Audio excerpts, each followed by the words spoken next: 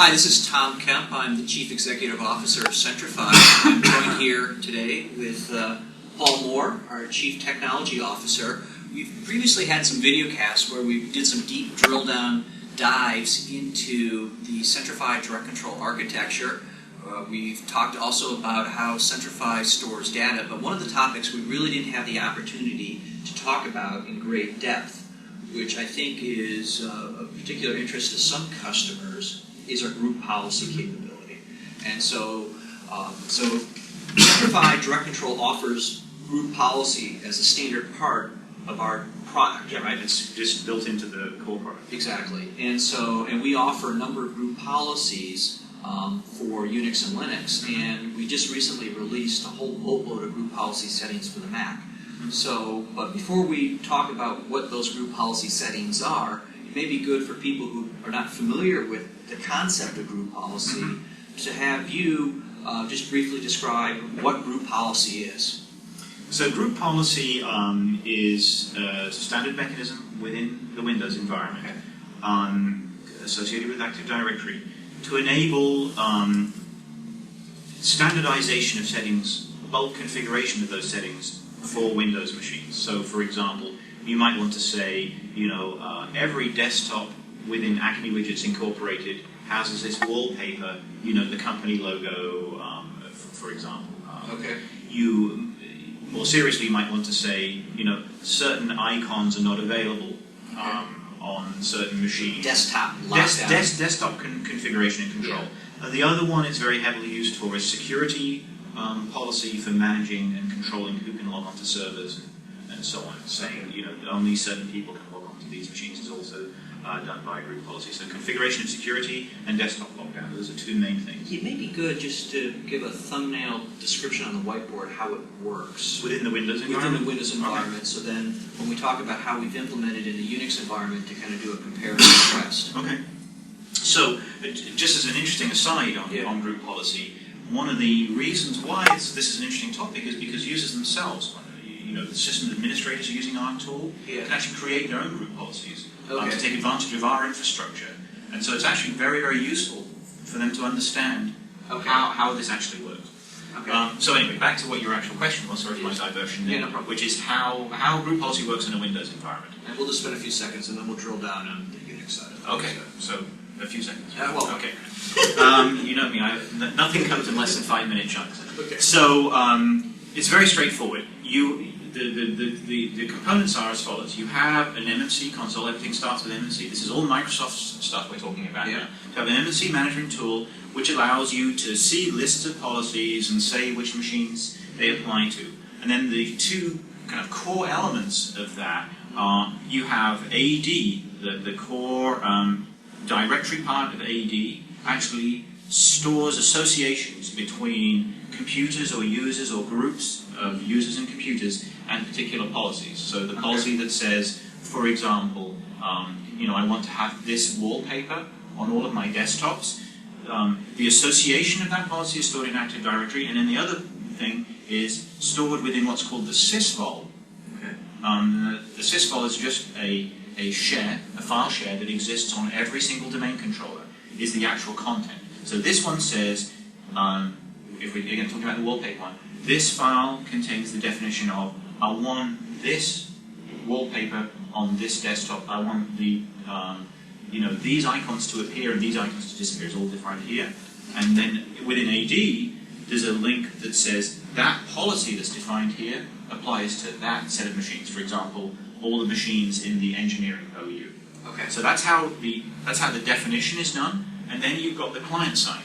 So this is like effectively the server side where everything is set up, and then you've got the client side here, which is how that actually gets implemented.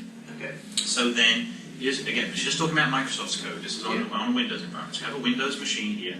Again, this is the same desktop.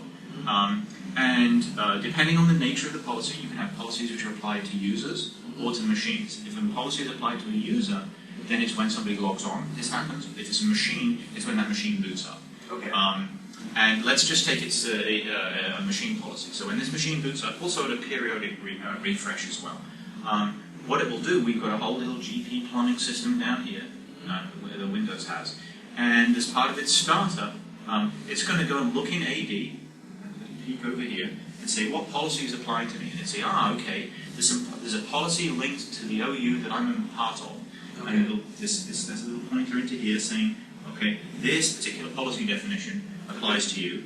So then this guy then sucks this data up here, and there can be different types of policies in the sense of how they're actually implemented.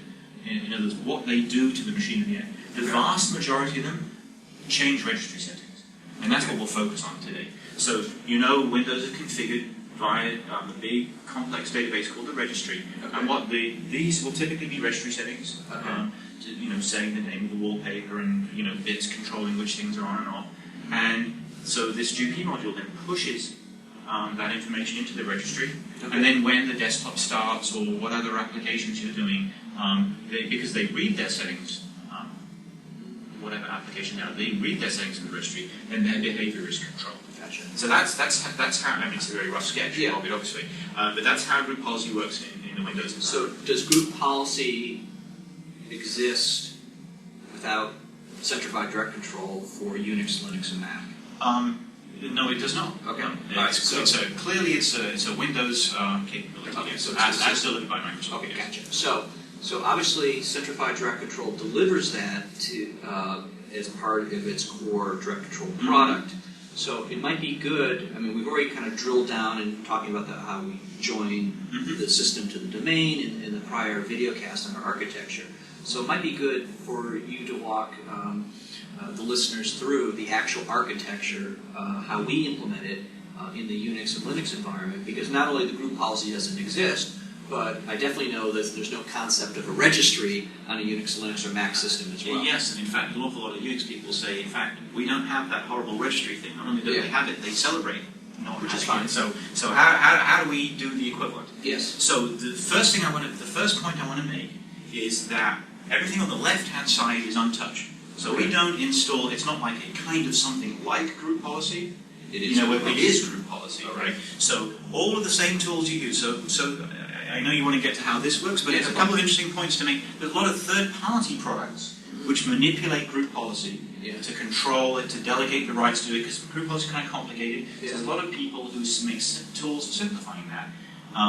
And because we're just regular group policy, all of those tools will work with manipulating and managing and querying the Unix group policies as well as the Windows group policies. Right. And it also means that so for example, Microsoft brought out a new super MMC for managing group policies. Group policy management. Exactly so. And again, all of our stuff just worked with that because it is just Windows group policy. So that side doesn't know any different. Okay. So I'll take out this. In fact, this is going to be you'll see that architecturally it's almost identical, although as you point out, the how we implement it, because of the lack of the registries, is different. Okay. So I'm going to draw myself a slightly larger box because we've got more things to fit in here. So now this is now a Unix system, and obviously I use Unix. It means Solaris, or Macintosh, or whatever. Right. And it's got our stuff installed. Okay. So if people who watched our previous broadcast remember this guy called AD Client, which is the heart of our system. If you haven't seen that video cast, I'd recommend you go and see it because then you'll understand what this piece of software does. Okay. So in the previous example, we talked about a machine policy, right? And I'll go through the same idea here, machine policy, although we can discuss user-oriented policies further on because that's quite interesting. You can do some additional interesting things with those. Yep. So AD Client has logically has a chunk of stuff built right into it, which does group policy processing. And the processing it does is exactly the same as the Windows client does. So for it's a machine policy, a machine boot time, in fact it's the AD client start time, which is usually boot time, plus on a timed refresh, which is by default every 90 minutes, goes to see if there's any new policies being applied to it. Can you control that? Yeah. There's two ways. You can locally control it, or in fact there is a Windows group policy which defines how often people should refresh their group policy. And we actually obey that group policy as well. So it's kind of getting a little incestuous there. Group policies about group policies. So when this thing starts up, it does this query off here into AD, looking for the links created by these tools, saying, is there a policy which applies to me, to the OU or part of the domain that I'm actually in. Comes back, says yes, there is, and here's the name for it, because there's a link pointing to it there, and this piece of software then goes okay, and issues a request here to read from the sysvol. Now this is SMB traffic, just as a kind of an aside. Here, this is SMB traffic, which,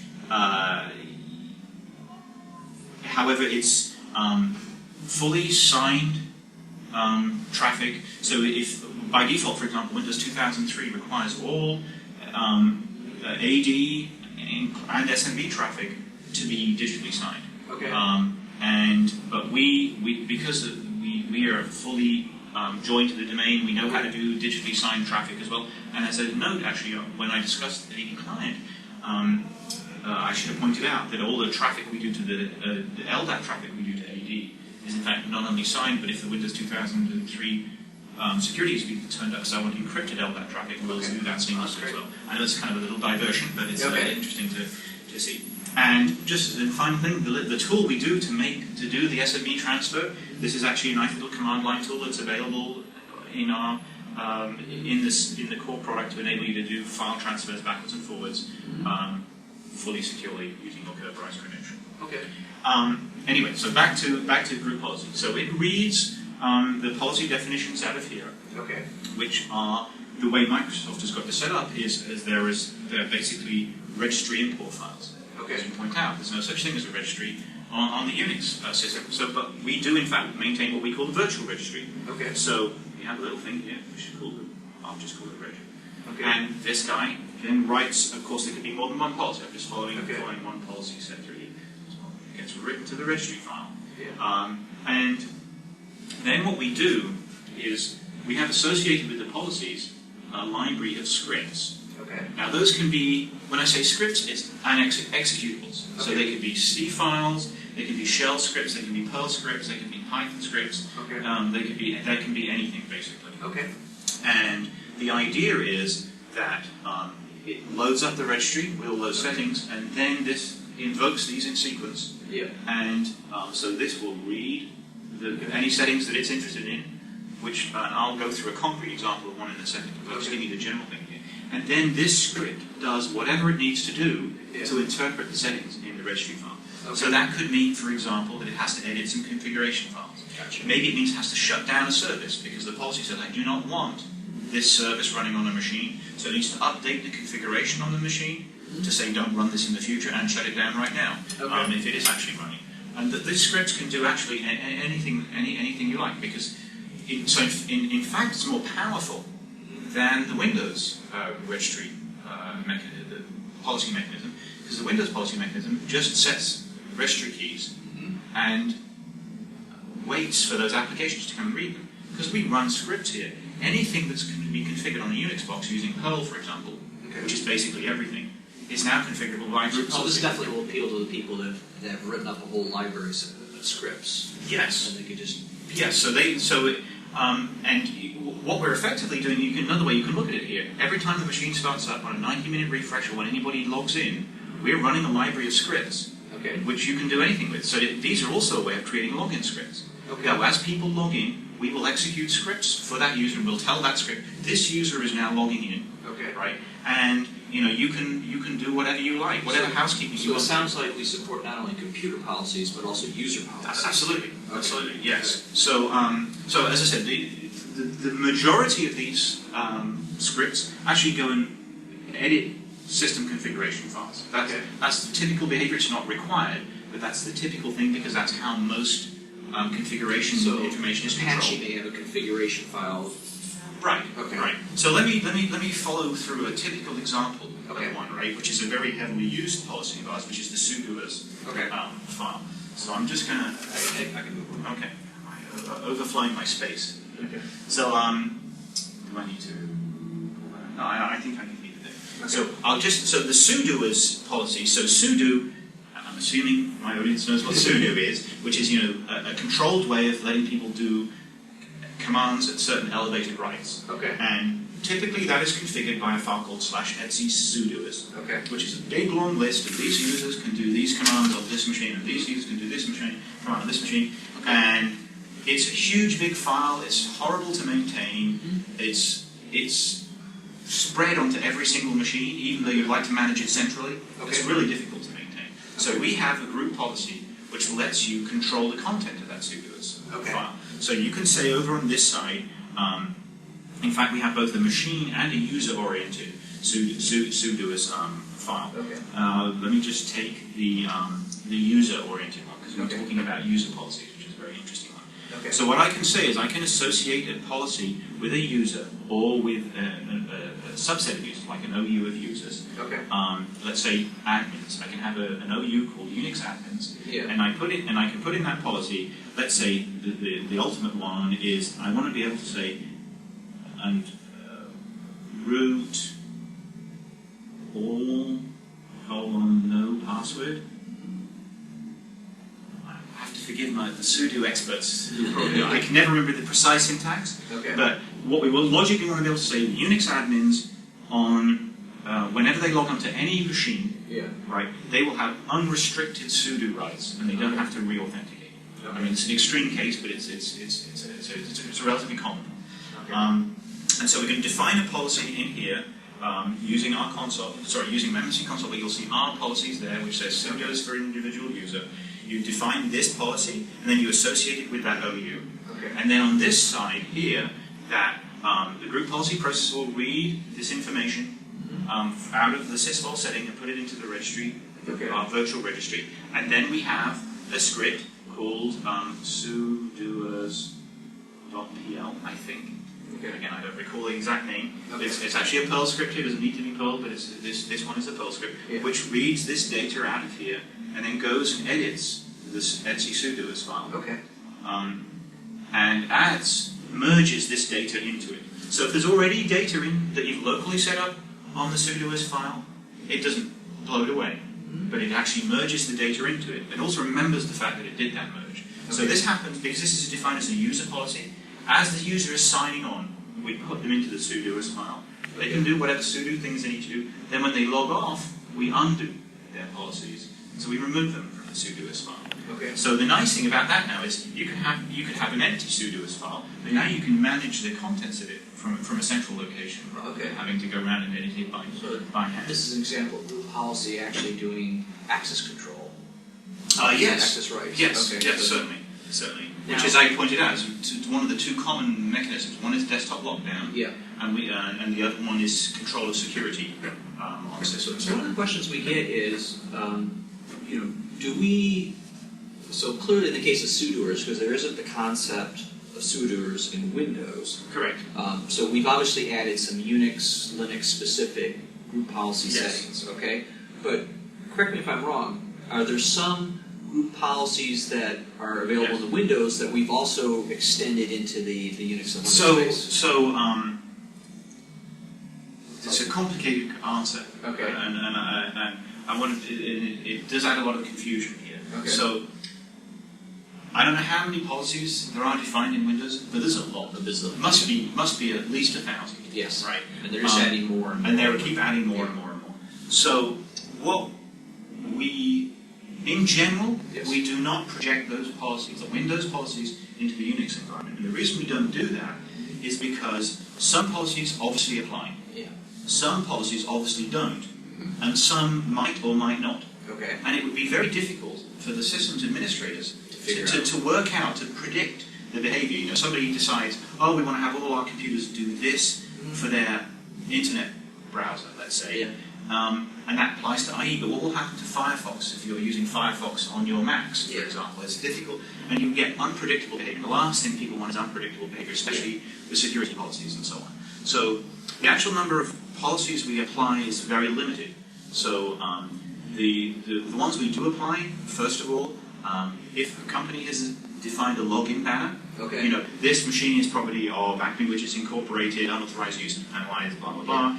We automatically pick that one up and project it out there. We clearly, so it's clear that people can see what the Unix-specific ones are, and we clearly document the set of Windows-specific They're in a different part of the tree. So there's no confusion at all. They're quite separate. The other kind of group policies which are applied, but are in fact we get benefit of indirectly than through our group policy system, but I need people to understand that they do apply because it gets confusing, is all of the policies about password strings, right? And in fact, the password policies are not enforced directly by us, they're done by the domain controllers, but they do end up applying to us. So the password policy ones don't use group policy, but we did per se. But they don't use our group policy mechanisms, but they are implemented correctly in an environment where we were running. So let's be very concrete about it. So for example, you can have a domain password policy that says everyone must change their password every 10 days. Okay? That's running on Windows. When you install our software on here, if you log in on day 10, and it happens to be day 10 and you log into our software, we will say you have to change your password right now. We will make you change it, we won't let you log in. If you log into Windows, the same thing. So you don't have to flick any specific switches or enable them? No, those are core built into AD's security system. And since we use that security system, they all just work. So what are some additional examples? Of the password policy? Yeah. So the password policies have password complexity rules. Yeah. So, and in fact, there isn't a thing, you can't actually say in the policy, I want 3 of these, 4 of those, and 2 of these, and so on. There's actually just a built-in checker in Windows which says complicated or not. Okay. Most people have that complicated turned on. Gotcha. You can actually, a customer can actually write their own checker which installs into Windows to say, I want to have even more complicated than Windows default complicated rules, and the Windows default complicated rules are pretty complicated. You can specify a minimum length for the password. You can specify a maximum and minimum age. Yeah. So you can specify, every 30 days you must change your password. Yeah.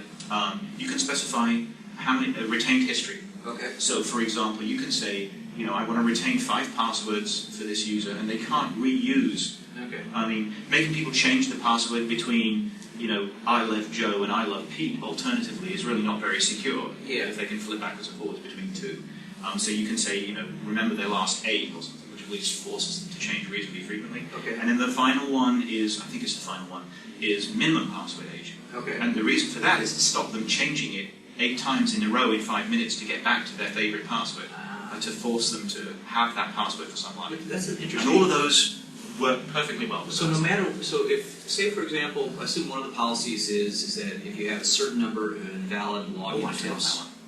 Okay.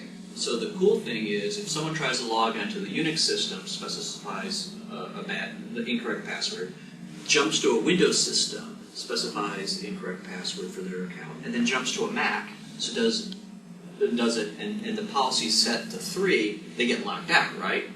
Okay.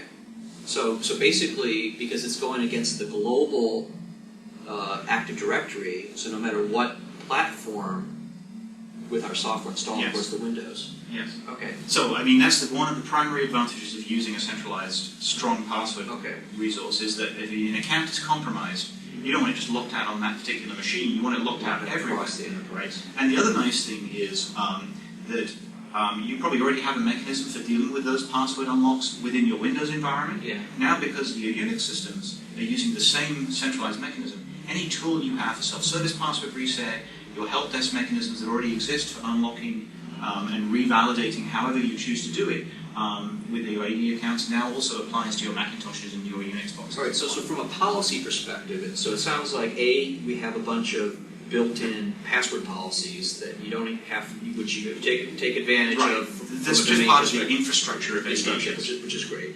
Then it sounds like we offer a set of group policies specific to the Unix Linux environment. Yes. And then we also said, boy, there's some cool policies that people have in the Windows environment that we want to apply as well. Yes. Okay. Now, that's an example of the sudoers. It's a common example. Yes. Can you talk a little bit more, because obviously most Unix and Linux systems are deployed from a server perspective, but probably the most popular Unix Linux variant from a desktop perspective is the Mac. Mm-hmm. So can you talk a little bit more about what we offer from a Mac perspective? So, you're quite right, obviously the Mac, some people don't even think of Mac as a Unix system. I remember talking to somebody in Microsoft saying, well, we don't have any Unix systems. I said, you have a whole Mac business unit. You're one of the biggest Mac software authors going.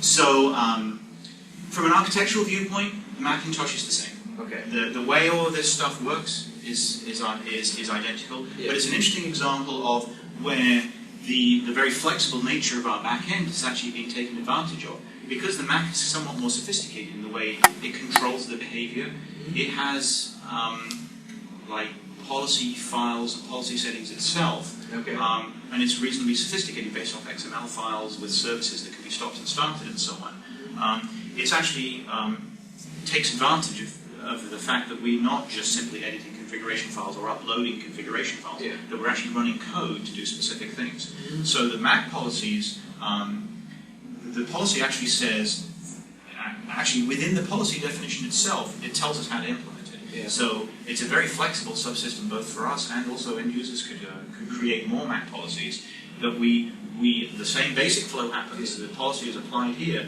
but then we have a general purpose engine which reads that policy which says, okay, for this particular policy I need to go and edit this particular policy, Mac policy file, and then before doing that I need to run this command, then change it, and then after doing it I need to run another another command to, for example, take down a service or signal the desktop manager that some configuration changes has happened in it. So, as I said, it's an interesting example of the flexibility of our policy system. And we really have a big list of Mac policies, by the way. Yeah. I forget the exact number, but there's a lot of them. Yeah, it was really interesting because there was one customer that had a lot of Macs, and they were actually failing their Sarbanes-Oxley because by default, the Macs, they couldn't centrally control when the screensaver went on, and they couldn't control when the screensaver went on that to unlock the screensaver you needed a password. So they actually were failing their audit, and they loved the capability that we have of being able to actually enforce the screensaver going on and do it in a consistent manner and having the password. So it sounds like the group policies, not only allow you to do systems management, but can actually be extended to from a security perspective as well. Yes. Okay. So you use the word extend, and what I'd really like to do is just talk about for a second about how customers can take advantage of doing their own group policies. Because it's really straightforward, and there's a lot of power locked up in here that you can take advantage of. And I'm sorry if I'm rolling over you then.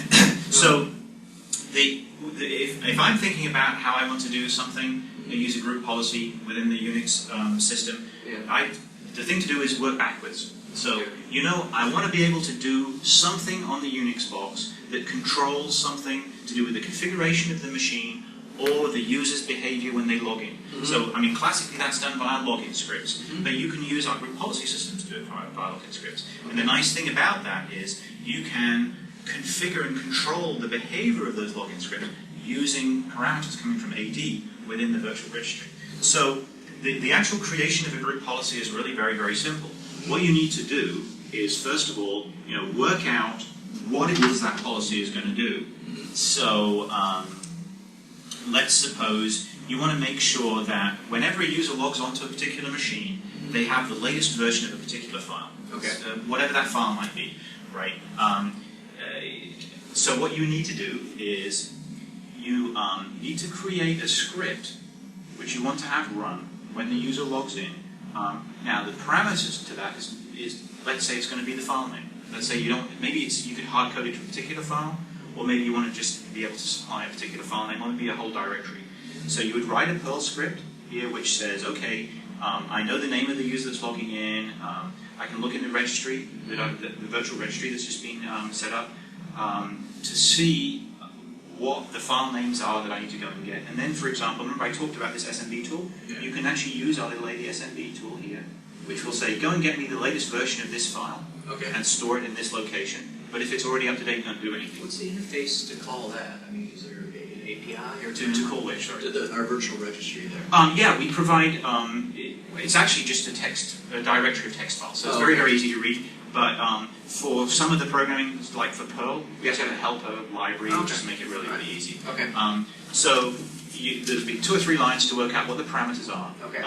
And then you need to do whatever you need to do. So the example I'm saying is use our ADSMB command to go and get the latest copy of the file from wherever it happens to be, store it on the user side.